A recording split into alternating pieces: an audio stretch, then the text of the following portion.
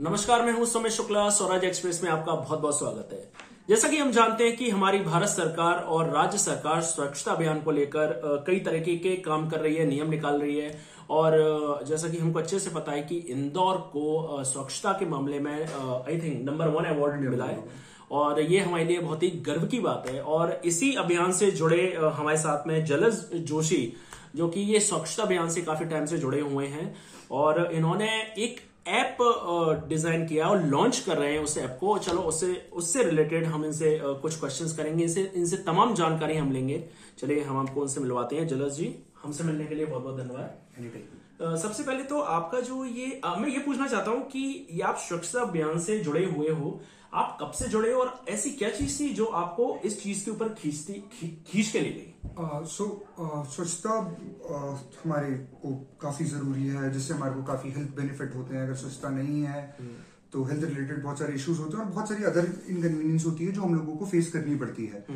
मेरी जो फैमिली रही है उसमें मेरे दादाजी नगर पालिका के अध्यक्ष रहे हैं। सो जब मैं पैदा नहीं हुआ था उसके पहले से हम कहीं ना कहीं स्वच्छता या नगर पालिका की कार्यशैली और कार्यविधि से जुड़े हुए थे। उसके बाद जब पैदा हुए तब my father was a chief municipal officer who turned into commissioner. He has been posted as a commissioner in नगर निगम खंडवा। तो स्वच्छता एक चीज थी जो हमेशा से देखी, जिसके बारे में हमेशा से विचार किया। और जब आदरणीय प्रधानमंत्री नरेंद्र मोदी जी ने स्वच्छता सर्वेक्षण स्वच्छता अभियान लॉन्च किया, वो एक टर्निंग पॉइंट था मेरे हिसाब से पूरे देश में। जब इंडिया में लोगों को ये लगने लगा कि स्वच्छता बहुत जरूरी चीज है जिसपे सबको फोकस होना चाहिए। जब ये अभियान लॉन्च हुआ उसके साल भर के बाद मैं सोच रहा था कि इसको किस तरीके से इसमें एक्टिवली जोड़ा जा सकता है। जो एक अपना इंसान करता है कि हाँ कचरा रोड पे ना फेंके, अगल बगल कोई कर रहा है तो उसको रोके टोके, उसके अलावा इसमें कैसे जोड़ा जा सकता है। एंड तब मैं स्वच्छता सर्वेक्षण की गाइडलाइन पढ़ रहा था, क्योंकि आगे घर पे हमेशा ये चीजें अवेलेबल होती थी, क्योंकि पापा ब्यूरोक्रेट हैं, दीदी ब्यूरोक्रेट रही हैं। तो जब मैं गाइडलाइन में जा रहा था तो आई नोटिस्ड कि एक समस्या जो होती है बहुत सारी जगह, कि कई बार कचरा गाड़ी का जो कलेक्टर होता है वो गाड़ी तो ले जाता है बट घर पे रुक के कचरा कलेक्ट करता नहीं है बहुत जगह। और कई बार तो 4-4, 5-5 दिन तक लोगों के घर से कचरा कलेक्ट नहीं होता है। तो ये समस्या को एड्रेस करने के लिए साथ ही साथ जब स्वच्छता सर्वेक्षण में एक नियम डला हुआ है कि आपको नगर पालिकाओं को हर घर की जानकारी देनी है कि हर द्वार से कचरा उठाए कि नहीं उठाए, जिसकी जानकारी देने के लिए अभी नगर पालिका के पास कोई भी स्रोत नहीं था। तब इस ऐप का आइडिया जनरेट हुआ। जब इस ऐप के आइडिया को जनरेट करा और इसको बनाने लगे, तभी बीच में एक जगह मैंने आर्टिकल पढ़ा कि मध्य प्रदेश सरकार को कई अमाउंट ऑफ टैक्स का नुकसान होता है, क्योंकि उनके पास प्रॉपर इंफॉर्मेशन नहीं है कि उनके पास कितनी प्रॉपर्टी, उनके प्रदेश में कितनी प्रॉपर्टी है। एंड ये नुकसान हजारों या लाखों का नहीं, नुकसान कई करोड़ों रुपए का नुकसान था। तो नहीं, बकायदा ये जो ऐप है इसमें जो आम जनता है उनको क्या बेनिफिट होगा, वो जरूर आप हमें। आम जनता को इससे 2 मेजर बेनिफिट होंगे। एक ये कि जो भी नगर पालिका आपको सुविधा देती है सब इस ऐप के थ्रू आपको मिलने लगेगी। जो आपका कचरा कलेक्शन है, जितने आपको गैस बिल वगैरह जो भी आपका है, जैसे अभी तो हमारे गैस की पाइपलाइन भोपाल में डल रही है, बट जैसे वो डल जाती है तो वो भी इसी के थ्रू मॉनिटर होना स्टार्ट हो जाएगी। साथ ही साथ इसमें एक हेल्पलाइन नंबर मिलेगा आपको कि अगर आपके घर से कचरा नहीं उठाया गया तो आप उसी नंबर पे कॉल कर सकते हो और आपके घर का उसी समय रेड डिनोट हो जाएगा। वहीं उसी समय, उसी क्षण या कुछ ही समय में आपकी जो समस्या है उसको रिजॉल्व कर लिया जाएगा। हम इस ऐप में एक प्रोविजन दिए हुए हैं कि अगर 24 घंटे के अंदर आपकी समस्या रिजॉल्व नहीं होती है तो आप वो रेड में शो होने लगता है, जो कि बेसिकली आपका पर्पस डिफीट कर रहे हैं। तो हमारा जो मेजर टारगेट है इस ऐप के थ्रू और गवर्नमेंट बॉडीज से टाई अप करके कि हम 24 घंटे में जनता की कोई भी समस्या जो नगर पालिका से रिलेटेड हो और खासकर स्वच्छता से रिलेटेड हो, उसको हम 24 घंटे के अंदर निराकरण करें।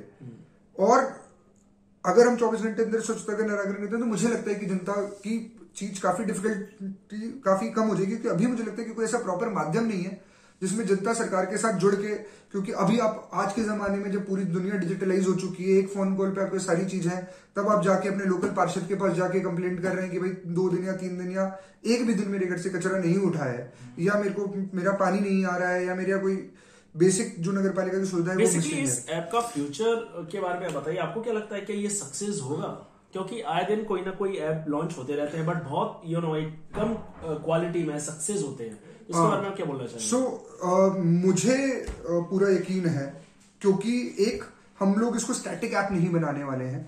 जैसे ही स्वच्छता सर्वेक्षण में कोई गाइडलाइन नहीं आती है, कोई भी नया चेंज स्वच्छता सर्वेक्षण कहता है कि ये चीज डिजिटलाइज होने की जरूरत है या ये चीज स्वच्छता सर्वेक्षण में जुड़ने की जरूरत है, हम मेक श्योर करते हैं कि वो फीचर इसमें ऐड हो जाए। जैसे जब हमने ऐप लॉन्च करी थी तब इसमें डिजिटल लॉगबुक का प्रावधान हम लोगों ने नहीं रखा था, बट जब 2023 की गाइडलाइन आई और उसमें डिजिटल लॉगबुक कंपलसरी करी गई तो हमने डेली, मंथली और ईयरली डिजिटल लॉगबुक का भी प्रावधान इसमें जोड़ दिया। तो आई थिंक जो भी ऐप स्टैटिक होती है, जो समय के साथ आगे नहीं बढ़ती है, उसका फेल होने का चांस ज्यादा रहता है। बट देखिए, कंपटीशन भी बढ़ेगा, there will be other people who will come up with app maybe. पर आपको इस ऐप को लॉन्च करने में कुछ प्रॉब्लम्स तो आई होंगी ना, वो प्रॉब्लम आप डिस्कस करें। देखिए, जो 2 मेजर प्रॉब्लम्स हमें लॉन्च करते हुए सबसे पहले ये थी कि कोडिंग करके उसको अप्रूव कराना, एन आइडिया को लेके आना। वो तो तब भी एक बार सॉर्ट हो गया था कि वी हैड इंफॉर्मेशन, हमारे पास लोग थे, वो हमने कर लिया था। उसके बाद इस आइडिया को नगर पालिका को कन्विंस करना, क्योंकि जब भी कोई चीज नहीं आती है तो एक जनरल फिनोमेना होता है कि उसको रेजिस्ट किया जाता है। लोग अभी भी ये कहते हैं कि यार कचरा गाड़ी वाला जा रहा है, कलेक्ट करके आ रहा है, फालतू में इसमें करोगे, वो स्कैन करेगा, उससे 2, 3, 4, 5 सेकंड व्यस्त उसके और जाएंगे, हमारे पास स्टाफ की कमी है, कैसे मैनेज होगा।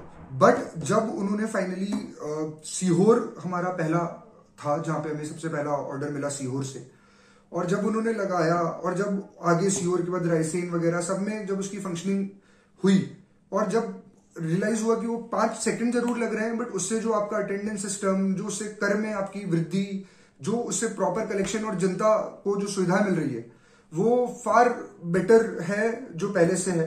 एंड उसके बाद चीजें आसान होती रही। रिसेंटली हमें गुजरात से ऑर्डर मिला, जो कि ऐसे बड़ी चीजें, क्योंकि हमने जब शुरुआत करी थी तो हमने शायद ये नहीं सोचा था कि मध्य प्रदेश के बाहर भी जाएंगे।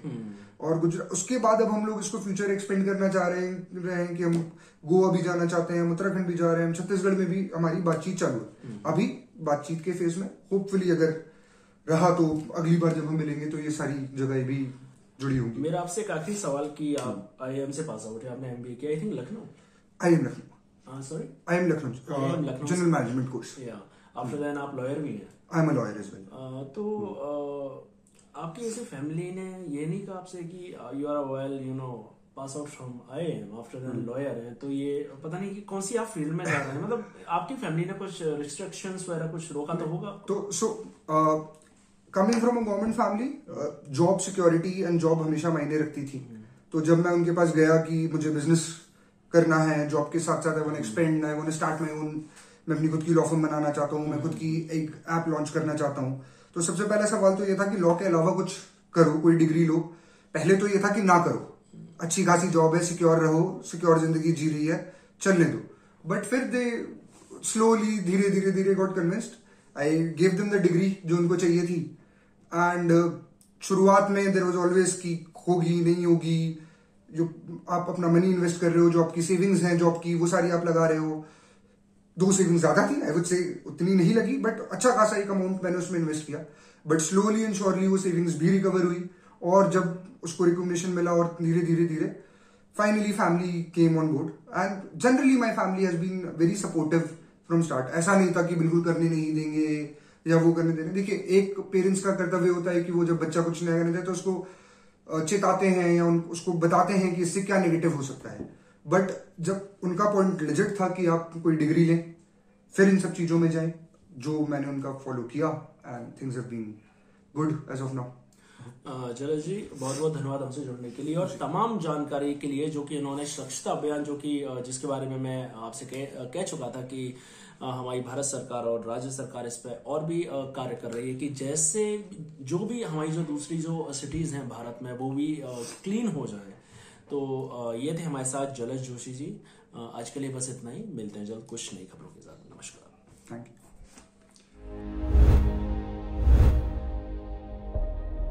मध्य प्रदेश की हर छोटी बड़ी खबर से अपडेट रहने के लिए सब्सक्राइब कीजिए MP स्वराज।